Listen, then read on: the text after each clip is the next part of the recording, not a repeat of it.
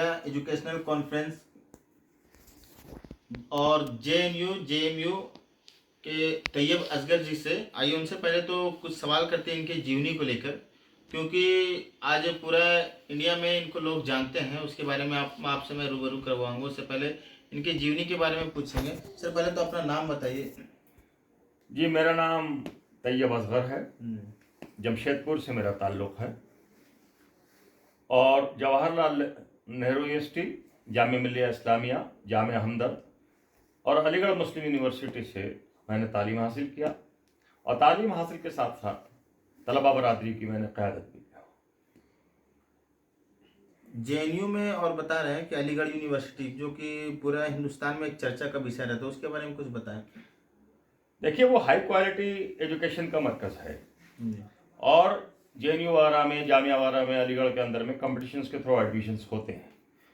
ज़ाहिर laborious students हैं और वो किताबों का सीरियसली मुताला करते हैं तो समझते हैं कि हमारा कॉन्स्टिट्यूशनल राइट क्या है, सेकुलरिज्म क्या है, इंसानी माहौल किस तरह से बनना चाहिए, हमारा मुल्क शांतिपूर्वक किस तरह से होना चाहिए, किस तरह से हम पुरअमन और खुशगवार माहौल अपने मुल्क में कायम करें, इसकी फिक्र रहती है।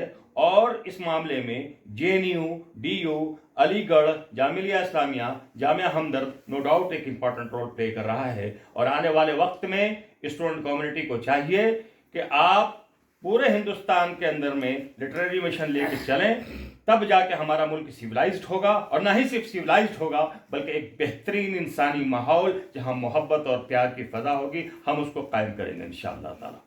आप एजुकेशन को लेकर चले हुए हैं शुरू से ही, और एजुकेशन पर आप काम करें, उसको लेकर क्या आपका सोच है, क्या विचार है?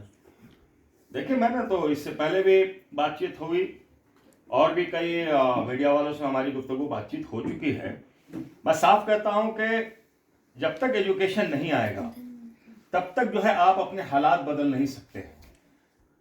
आज की डेट में कुछ लोगों के हाथ में देखते हैं कि ना उनके हाथ में कलम है और उसके बाद समाज के डिस्ट्रक्टिव एलिमेंट के साथ उनका उठना बैठना होता है। तो आप ही बताएं कि समाज तरक्की का रास्ता तय करेगा या समाज तबाही का रास्ता तय करेगा। और फिर यह है कि आप इल्जाम दूसरों को लगाएंगे अपनी बर्बादी का, लेकिन आप अपना गरीबान नहीं झांकेंगे कि हमने कहां गलतियां की हैं।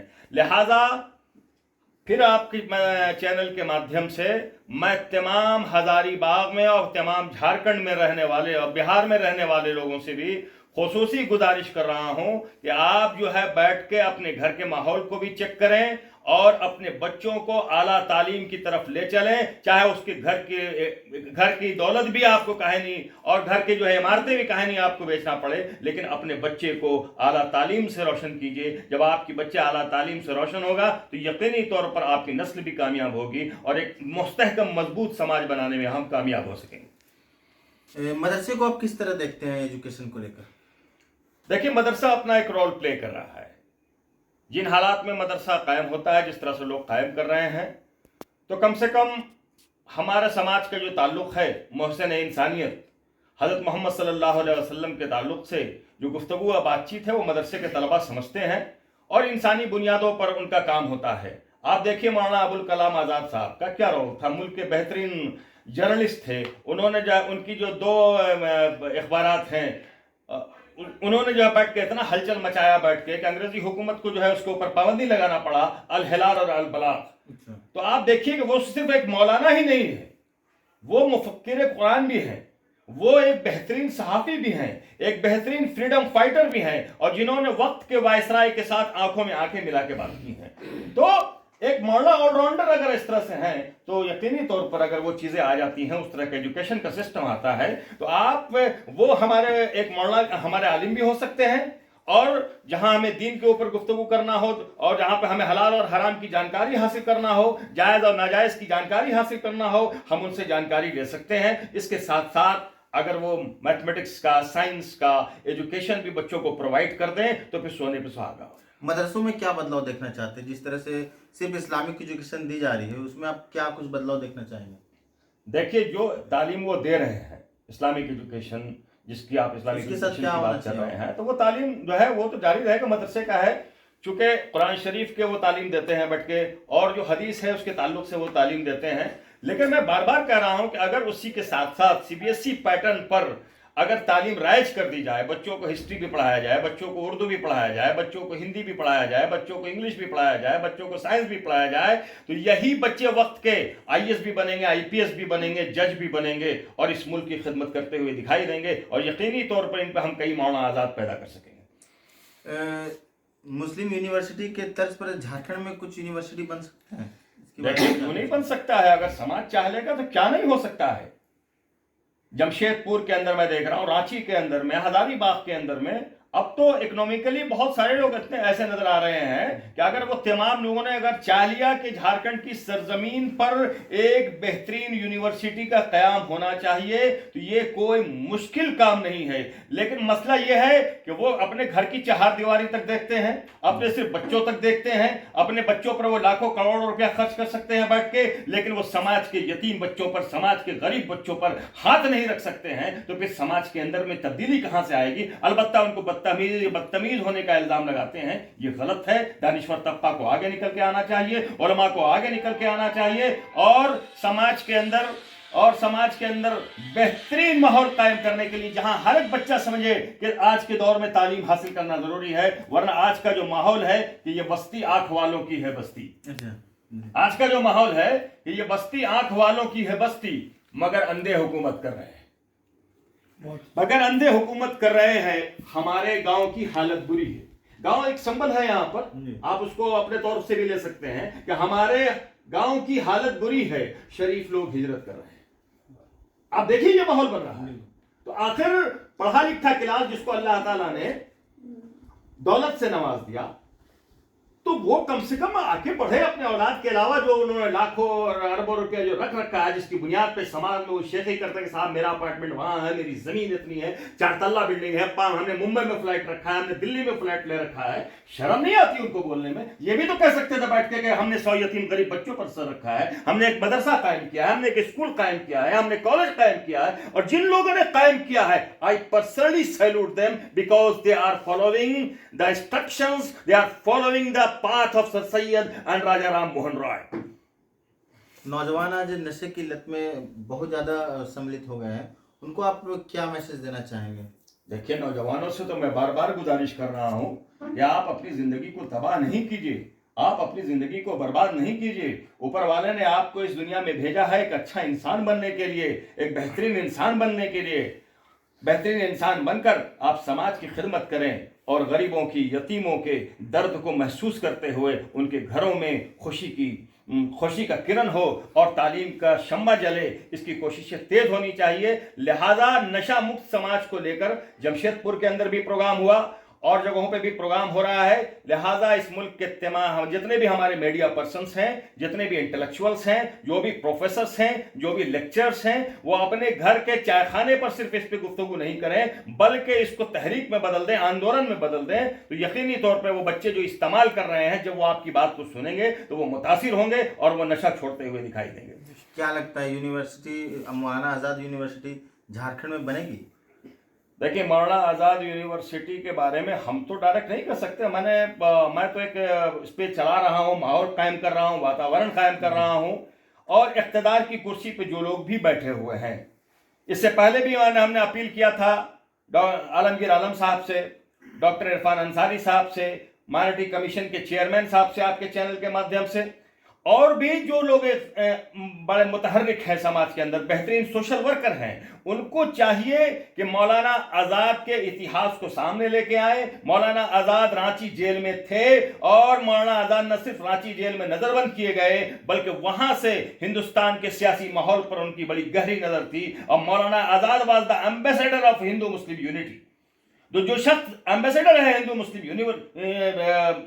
मुस्लिम एम्बेसडर है और यूनिटी का, तो उस शख्स को तारीख के आईने में अगर देखा जाए तो मौलाना आज़ाद यूनिवर्सिटी के क़याम के लिए सरकार को पहल करना चाहिए और इसके लिए तमाम इंटेलेक्चुअल्स को अपने घरों से निकलकर मुतालबा भी करना चाहिए। और ये एक सेकुलर सरकार है और डेमोक्रेटिक गवर्नमेंट है और मुझे उम्मीद है सरकार बहुत ही पॉजिटिव रोल अदा करेगी। शर्त यह है कि आप भी तो जाएं, सरकार से बात करें, सरकार के सामने आप डेलीगेशन लेके जाके बात करें, सरकार सुनेगी, मुझे यकीन है। यूनिवर्सिटी खुलने से क्या बेनिफिट होंगे, कुछ बताएं आप। यूनिवर्सिटी खुलने से क्या बेनिफिट होगा? यूनिवर्सिटी खुलने से हमारे बच्चे पढ़ेंगे, लिखेंगे, आगे बढ़ेंगे, सिविलाइज्ड होंगे, लेक्चरर होंगे, प्रोफेसर होंगे, जज होंगे, आईएएस क्या होंगे। बच्चे अभी नहीं पढ़ रहे हैं? बच्चों का जो पढ़ाई है, जो मैक्सिमम पढ़ाई, खास के अगर आप अपने माशरे, अपने समाज की बात कर रहे हैं, तो 80% बच्चे ड्रॉप आउट हैं।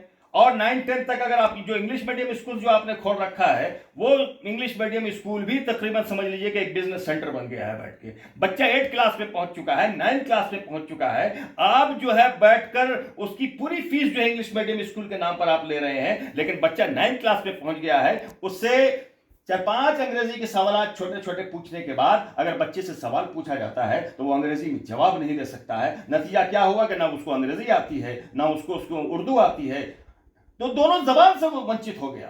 आखिर इसका जिम्मेदार कौन है? वो स्कूल जो सिर्फ बिजनेस पर्पज से बच्चों को यूज करता है, फीस कलेक्ट करता है, लेकिन बच्चों को क्वालिटी एजुकेशन प्रोवाइड नहीं कर रहा है। और they must be taken by us very seriously. और मीडिया वालों को भी जाके उन स्कूल वालों से सवाल पूछना चाहिए कि आपके यहाँ बच्चे 9-10 में पहुंच गए हैं और आप इंग्लिश मीडियम के नाम पे पूरी फीस ले रहे हैं, तो आप ये बताइए कि इन बच्चों को अंग्रेजी बोलना अब तक क्यों नहीं आया? इसकी क्या वजह है? आखिर क्या माहौल है आपके स्कूल में? आज गरीब एजुकेशन से काफी दूर होते जा रहे हैं, इसका क्या वजह हो सकता है आपके हिसाब से? देखिए, गरीब एजुकेशन से दूर हो रहा है, उसकी वजह यह है कि उनके सर पर हाथ रखने वाला कोई नहीं है। देखिए, अमीरी और गरीबी तो कौन इंसान किस वक्त यतीम हो जाए, कौन इंसान किस वक्त गरीब हो जाए, कौन इंसान किस वक्त तरक्की कर जाए, ये तो कहानी। लेकिन इतना तो तय है कि जिन लोगों ने सीरियसली एजुकेशन हासिल किया है, तालीम हासिल किया है, तो ना सिर्फ उनको इज्जत नसीब है, उनको शोहरत नसीब है, उनको दौलत नसीब है, उनको मनसब नसीब है। तो गरीब बच्चे अगर तालीम हासिल करेंगे तो फिर वो भी समाज का खुददार हिस्सा बनेगा और वो समाज के अंदर डिस्ट्रक्शन के बजाय कंस्ट्रक्शन का काम करेगा, तामीर का काम करेगा। तो आइए, एक खूबसूरत हिंदुस्तान बनाने के लिए हर एक बच्चे को, चाहे वो किसी भी समाज का हो, किसी भी वर्ग का हो, किसी भी बरादरी का हो, किसी भी कास्ट का हो और किसी भी धर्म का हो, मजहब का हो, तमाम बच्चों को अपने इंसान का बच्चा समझते हुए, मोहब्बत की निगाह से देखते हुए उसको पढ़ाने की कोशिश कीजिए। प्रेम का गंगा जमनी तहजीब इस मुल्क में कायम करने की तैयारी कीजिए। तो आज तैयब असगर जी ने बहुत ही इम्पोर्टेंट बात रखी अपने बारे में और झारखंड में एक यूनिवर्सिटी की मांग की है और इस चैनल के माध्यम से लगातार ये दूसरी बार इन्होंने इंटरव्यू दिया और मांग किया है। और बहुत सारे नौजवान जो नशे से पीड़ित हुए उनके बारे में भी बहुत अच्छी सलाह दी है कि किस तरह से नशे से दूर होना चाहिए। कुछ एक शायर लास्ट में ये अपना अंतिम बोलना चाह रहे हैं, आइए सुनते हैं इनका शायर। देखिए, अभी जो हालात हैं उस हालात के तहत जो है हर आदमी जो दिलचस्पी रखता है मुल्क की तरक्की से, जो गंगा जमनी तहजीब को देखना चाहता है, एक शांति वातावरण का माहौल या एक पुरअमन माहौल देखना चाहता है पूरे मुल्क के अंदर में, ताकि लोग एक दूसरे से मोहब्बत से, प्यार से बात कर सकें, उसके लिए उनके जो हालात हैं ऐसे दानिश्वर तबका का, अब जैसे आप रवीश कुमार जी को सुनते होंगे, जैसे आप अभिषार शर्मा जी को सुनते होंगे, प्रेम वाजपेयी जी को आप सुनते होंगे। इस तरह के जो पत्रकार थे इनको सरों पर रखना चाहिए था, कंधे पे बैठा के चलना चाहिए था। नतीजा क्या हुआ कि वो चैनल से बाहर कर दिए गए, क्योंकि वो सच बोल रहे थे।